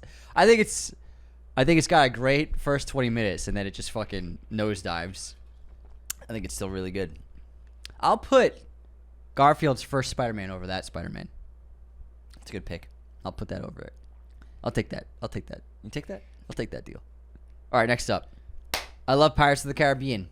The first one I think is one of the great adventure movies of the century. Mm-hmm. But I gotta say, when we're talking about big adventure ship movies, Master and Commander is the best. It's Master and Commander is better than Pirates of the Caribbean, and one of the greatest films ever made. End of story. They're so different, though. They're both on ships, period pieces. They're both ship adventure movies. They're so similar. Oh, yeah. They're similar to an extent. It's But tough. one still gets so much attention. And Pirates is one of my favorite adventure movies. But Master and Commander, I think, is one of the great films of the century. Pirates is much bigger appeal to audiences Yeah, than Master and Commander. That's why. Yeah, I'm just saying it's better. No, That's my hot take. Do you disagree? if I have to pick to watch either one, Desert Island, fucking Pirates of the Caribbean every fucking time. I am happily watching Master 10 Commander on a times loop. out of 10, I'm picking Pirates I'm of the Caribbean. watching. And I like Master. I'm not Commander just a lot. watching it on one TV. I have 3 TVs of Master and Commander playing at different times. Why would you want to watch it playing at different times? So that way, like, I could just keep watching the best, like, over and over. How are you again. supposed to pay attention to any of the fucking storylines? That way, like, if I have to go take a piss or like I just come back to the You other can TV. hit pause, right? No, it's Desert Island. There's I think there. You have a TV, but you don't have a pause button. I feel like a Desert Island TV, it just plays on a loop endlessly. So then you have so multiple. now there are rules to Desert Island movies. I'm just saying. That's how I imagine Desert Island TV to work. Would they be next to each other? These 3 movies. You can put them in different areas, but they never stop playing. Okay, that's different. Because So you said then- originally you're gonna put them all side by side. So then, well, I'm thinking it as in real time as we are talking. You think in real time? So, I don't think that you can pause Desert Island movie. It just plays on a loop. So then, I want to, like, you know what? Gotta go over there. I'll watch this bit over here. Go over there. So I have It's more on than this one bit. screen. Yeah. But one movie. I'm picking Pirates, baby. Hey, we disagree. That's what this episode's all about. Okay. Let's see what else I have for good hot takes. You better have some good Here ones. we go. I got a really great one. Can I go? Yeah, sure. You just went. Post-credit scenes. I think they used to be a lot of fun. And sometimes they work really well. But I think they're getting overdone, overused, and a bit overrated sometimes. We need to stop. Sometimes it's fine. But now, listen, end credit scenes are a great way for getting recognition for all the people who work on a movie. I think it's a cool way to keep people seated. But I think if you're going to do it, you got to make it worth it. It doesn't have to be a powerful plot device for the next film. But, give us something. Like, give me like a 3-minute scene. I think what was the Avengers tease where we saw Aaron Taylor Johnson and that was the Avengers Ultron finale. Post. No, it was before. That was before because they're. Oh, sorry. It was the Civil War or no? No, it was after. Whatever movie had post credit. That was a cool post. Black Panther. Circus was in it. Something like that. I don't know. Whatever movie it was. Yeah. I think that was a cool one. Yeah. But now, sometimes you stay for the post credits, and you're like, "What the fuck was that?" I think if you're gonna do it, just fucking go big, man. Go big. Show me something cool. Yeah, I totally agree. I don't think that post credits are necessary in every fucking movie. Because I get that MCU does it. It's like their thing now. It's been their thing for a while. But so many movies are doing it. It's seeping into other films. Don't need that there. Yeah, I It's totally fine. agree. It's I okay. completely agree. Yeah. All right. My new hot take. Hold on. I got a prop for this one. Oh, he has a prop, guys. If I you're have a prop. watching, I have 3 props. You see these 3 movies? Rocky 2, and Rocky 3. The first 3 Rocky movies. Well, actually, no. You have Rocky 1, Oh, sorry. 5, and 3. Whoops. Hold on. This prop thing is not working out. He didn't think at this all. through. 1, 2, and 3. Here we go. Now he has Rocky 1, 2, and 3. There we go. Rocky 1, 2, and 3. The first 3 Rocky movies. Better than the first 3 Creed movies. I agree with that. I think that the Creed movies are great. I have a lot of fun with them. I'll keep watching them, and I think Michael B. Jordan and company are killing it. But the first 3 Rocky movies are fucking awesome. I mean, just the first 2 are outrageously Yeah. good movies. Yeah. Absurdly good films. I think they're all great. All Yeah. 3 of them. The first one's an all-time movie. 2 is a great sequel. 3 is a great sequel. I think they're all fantastic. It goes back to like the originals are always Yeah. the best ones. Yes, you know? but I like the Creed They're movies the a lot. purest. Yeah. They're the original lore. That's like the birth of why the new ones exist is because of Yeah. the originals. Yeah. Very seldom are the new ones better. I'm totally with you on that. The first 2 Rocky movies, And fuck yeah. and Creed movies. I love the Creed movies. We were on Coogler before anyone was. I'm telling you. And they're all 3 different directors for each film have done a great job. I'm gonna see the Creed 4 when it comes out. I'll be there first day. But the first 3 Rockies are fucking awesome. And Rocky 4, fucking awesome too. It's getting re-released in theaters this year. Fucking awesome movie. Saw It's a trailer great. for it in the theater the other day. Hot take. We've brought this up before. Joker Folie à Deux is a really fucking good movie, guys. I agree. It's wonderfully made. I think that the acting is great. The singing is solid.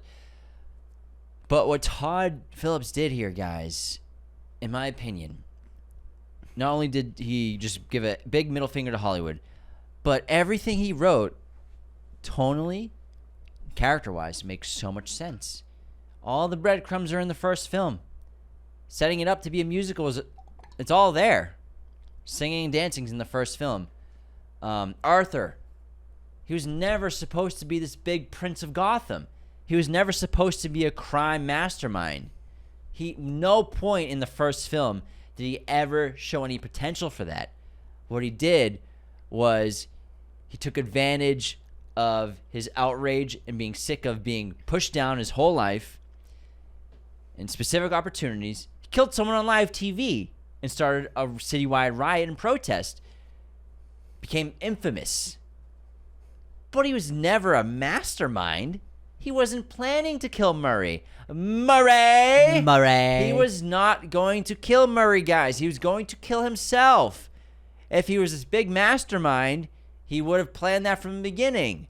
His plan was to kill himself on live TV in front of Murray, the guy that he wished was his father, who tore him down. Joker, Arthur, was always a weak character.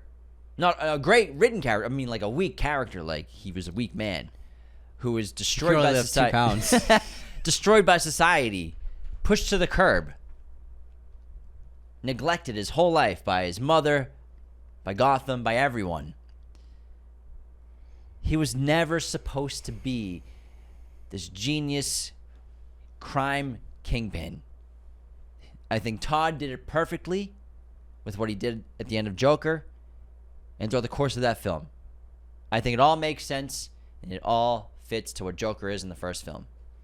I totally agree, and I think the film was so meta that most audiences didn't quite grasp what Todd Phillips was doing.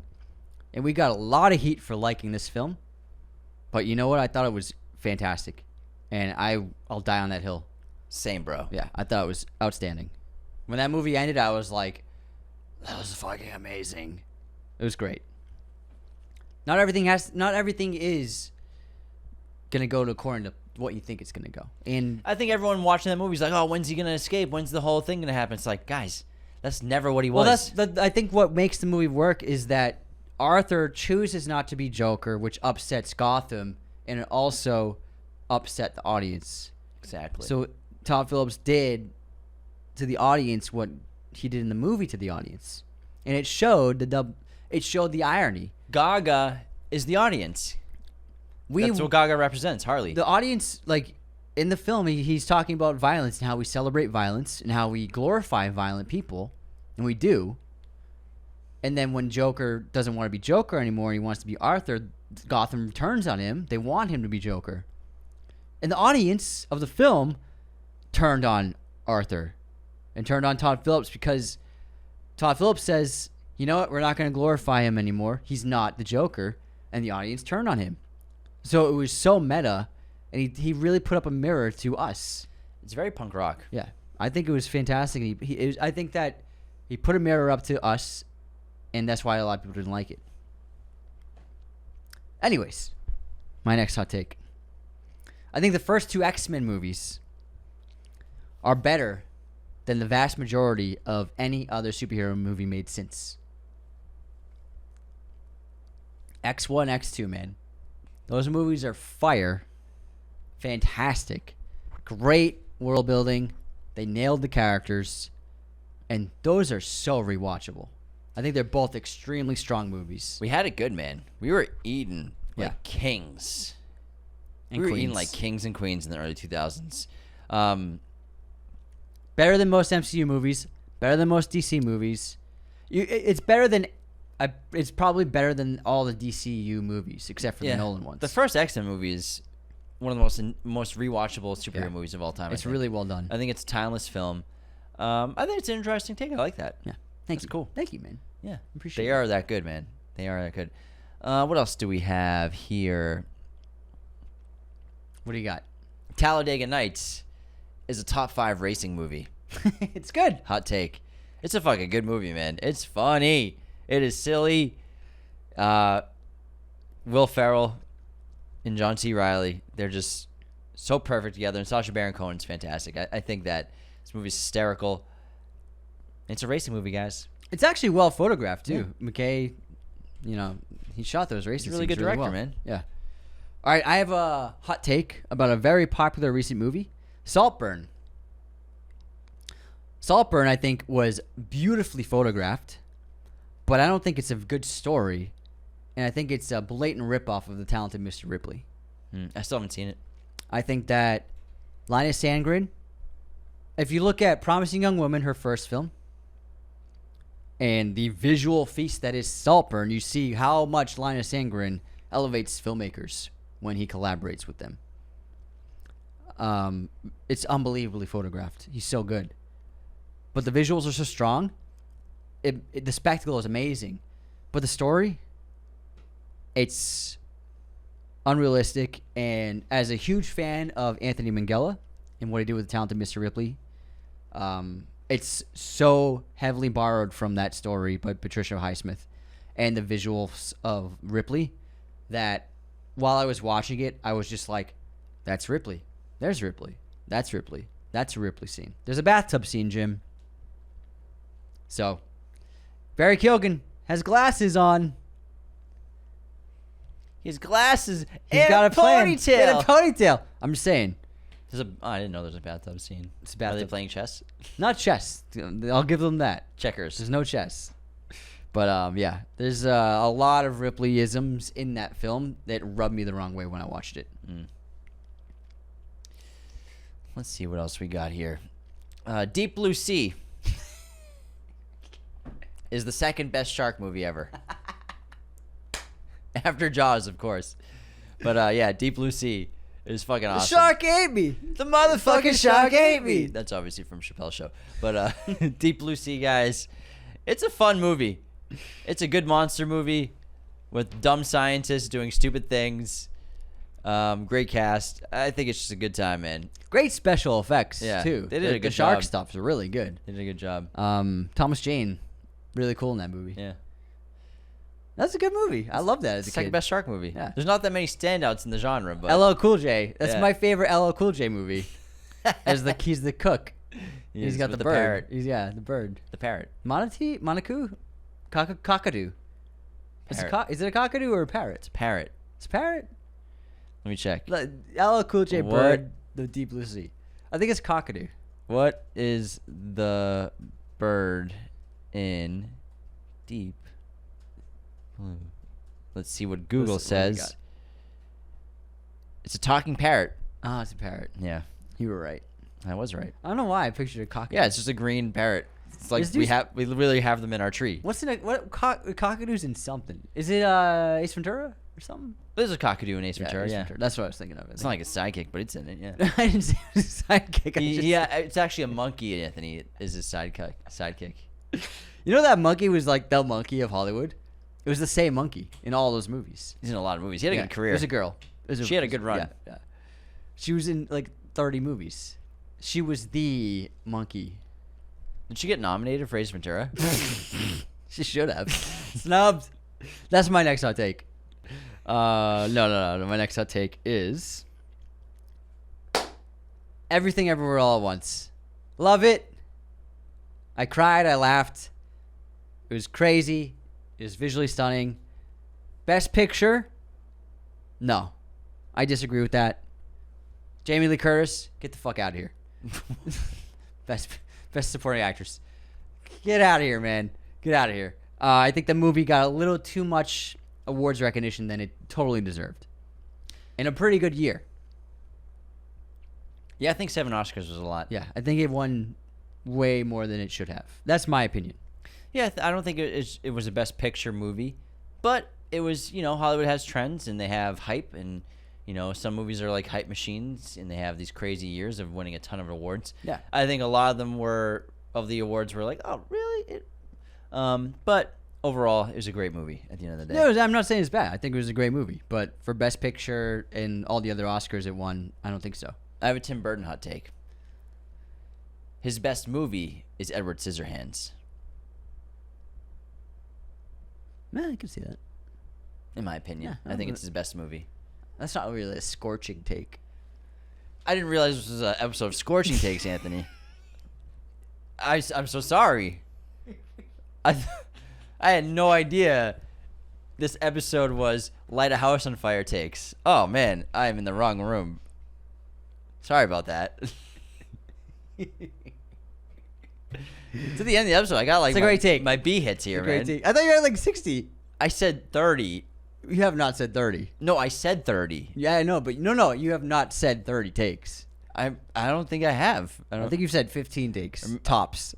I have said way more. We've been going back and forth for an hour and a half. What are you talking about? I have 30 takes, Okay. and I've said most of them. I got one. Motherfucker. Wait, do I have one? Okay, Maestro. Bradley Cooper's Maestro. I think it's one of the best films of the last 10 years. And I think it's one of the most incredible artistic achievements in directing I've seen in recent memory. I thought it was a 10 out of 10. I thought it was one of the most outstanding films I've seen in theaters recently. And I don't understand why nobody really enjoyed the film, for the most part. Didn't get much love from audiences. Got some awards recognition, but I think Bradley Cooper, directing and acting and writing feat of this film, is God mode. And for some reason, everybody just started shitting on him for committing to a role for 5 years and just practicing and working at a role. And everyone just started making fun of him and called him pretentious for wanting. They just said he just wants to win awards. I think he was just trying to do his best. That's social media, man. That's hype. Like, they just get on a topic and go with it. I think that he just committed himself to trying to portray Bernstein in as best a way as possible. And I don't think that he makes movies to try and win awards. I think that he gravitated to a story and put himself into it. And you got to respect, like, that guy, when he finds something, he gives it everything. And I respect the hell out of that guy. And I think Maestro is a crowning achievement of filmmaking. I have a scorching take. Okay, I want some scorching. I got a House on Fire take. Is it as big as the Supersize Me take? Because I'm still getting over the burns from that one. That was a good take. You're acting like Supersize Me was a dud, and no one's ever heard of it. No, it's because you used like a 15-minute breakdown. It was 2.5 minutes. No, it's not 2.5 minutes. It was 2.5 minutes. No way. No, you know it was I'm 2.5 sorry. minutes. I talked on the podcast that we talk on. It was like 10 minutes. Of I can't believe the gall of me to talk about a movie on the movie podcast we host together. How could I?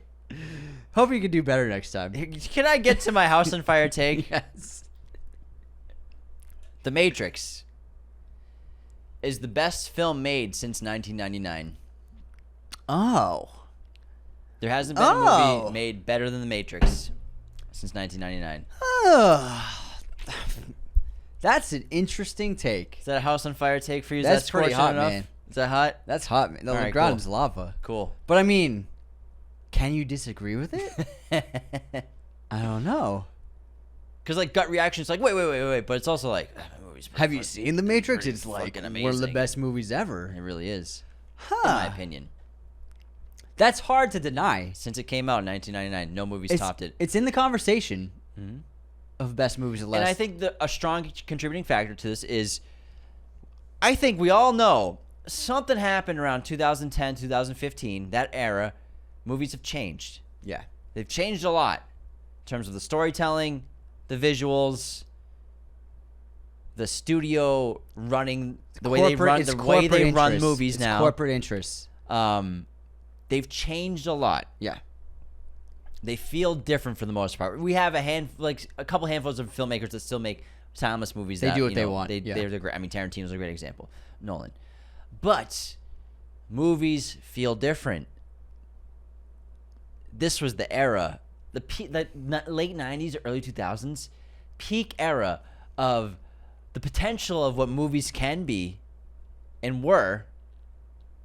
You know, talking fucking Matrix, Lord of the Fellowship of the Rings. Rings. Like, this is what cinema is and can be when it's done to the best of the ability, when it's done with the most amount of passion, with more passion than anyone could ever imagine being put into projects from great artists that will stop at nothing to tell the story they want to tell.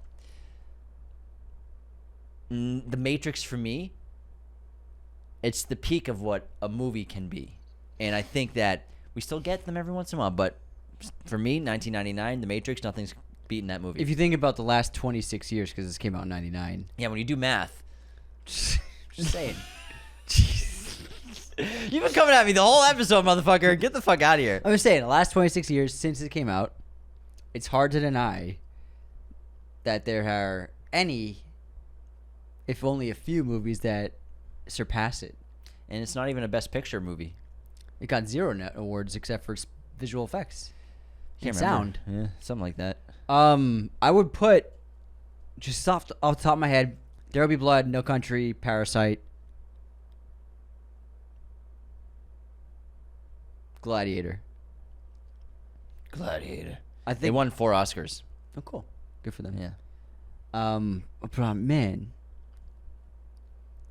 Yeah, I don't know. Yeah, I mean, this is a good take. And I gotta say, an insane disservice to not get the Wachowskis a director nomination. Dude, like, if you're gonna talk about director snubs, But look, like you brought up Everything Everywhere All at Once, right? yeah, 7 it's Academy the Matrix. Awards. No, but I mean, it's not the Matrix, not even close. Oh, yeah. What I'm saying is, like, compare these two movies.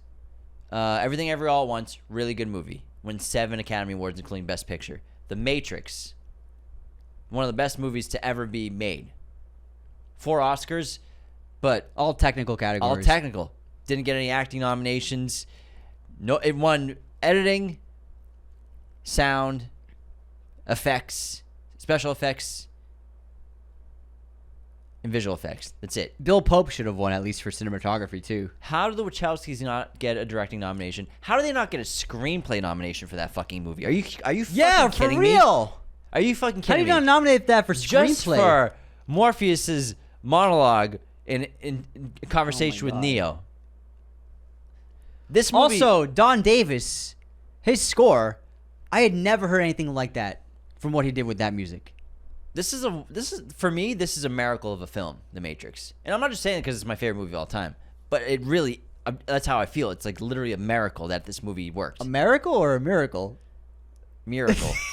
Miracle. It's a You're saying it like America.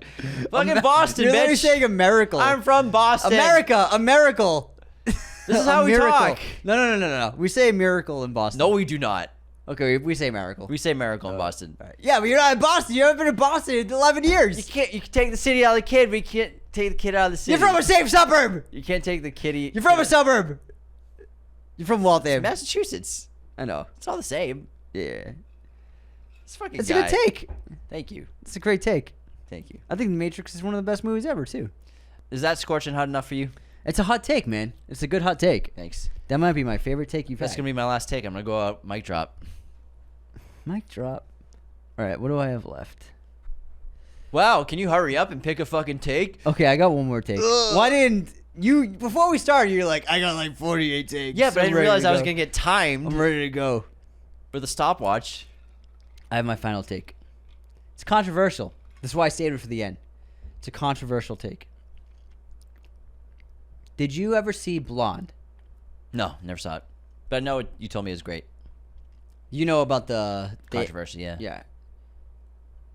So Blonde, starring Ana de Armas, directed by Andrew Dominic, is a depiction of Marilyn Monroe, her rise to fame in Hollywood, and the abuse she suffered at Hollywood. Now, this film, I think, was a masterwork of filmmaking and storytelling in a metaphorical level.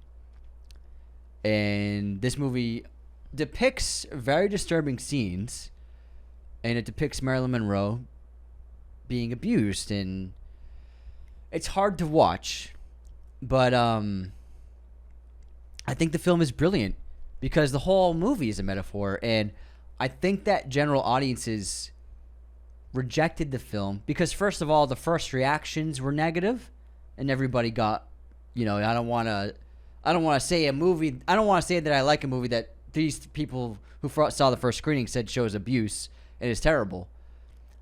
I think this movie is an example of the social contagion of modern movie audiences and how they can be swayed in a direction, not really even knowing it's happening. But I've watched a lot of movies, and I've watched a lot of very dark movies and a lot of very confusing movies, and movies that aren't literally plot, they're more themes and ideas. This is an idea film. This film shows difficult situations to translate the overall idea of Hollywood's abuse of Marilyn Monroe and Hollywood's use of Marilyn Monroe as an object to make money off of. And I understand this movie is difficult to watch, but this movie receives so much hatred and negativity. Honestly, I watched the film and I was so confused about their reaction.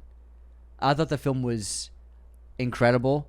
Disturbing, yes, but that's life. Life's not easy, and I think that from what I can tell from this movie, people don't want to be put into discomforting situations. I get it. But life's full of discomforts, and not all movies are made to be comfortable. This movie's made for a certain reason, and the filmmakers had a purpose for what they were putting in this film.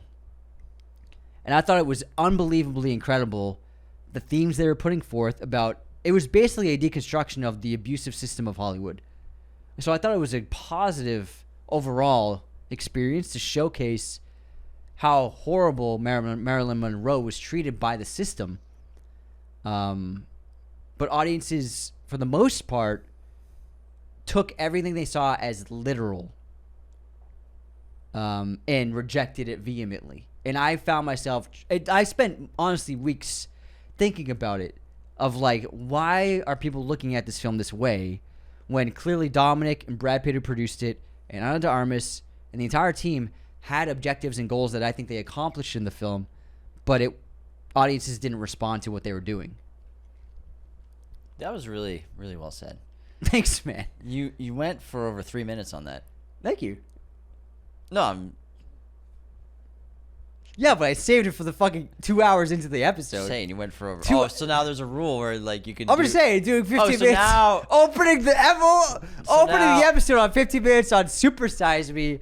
I'm just saying. So now you can do 3 minutes so long as it's at the end of the episode. So this is getting into a weird, analogy. Yeah. You're trying to, your desert island. You're fixing it. So if you look at what I did, I opened with Batman and Marvel, cool. keeping it exciting. Supersize Me. I called that documentary out. 10 minutes on Supersize Me. 2.5. It was not 2.5 minutes. No, it wasn't. Straight up lies. Apparently, Anthony. I could have made a cup of coffee while you were talking Anthony about Supersize apparently Me. visibly aged while I talked about Supersize I did. Me I think for we all 3 did. minutes. We all did. I think Anyways. people are gonna enjoy that opening. I liked it. I hope they do. Yeah, he's cut. I'm He's trimming cutting. this, trimming that, trimming this. Oh man, that was a fun episode. That's good. It was a good time. Hell, that was a lot of fun. All right, everyone, let us know what Your biggest hot take is. takes you agree with, things you disagree with us on in the comments on YouTube, Instagram, whatever. Always, subscribe to us everywhere. Follow us on Instagram. Become a patron today at patreon.com/Raiders of a Lost Podcast. Leave those 5-star ratings and reviews on Spotify and Apple, and take care, everyone. See you next time.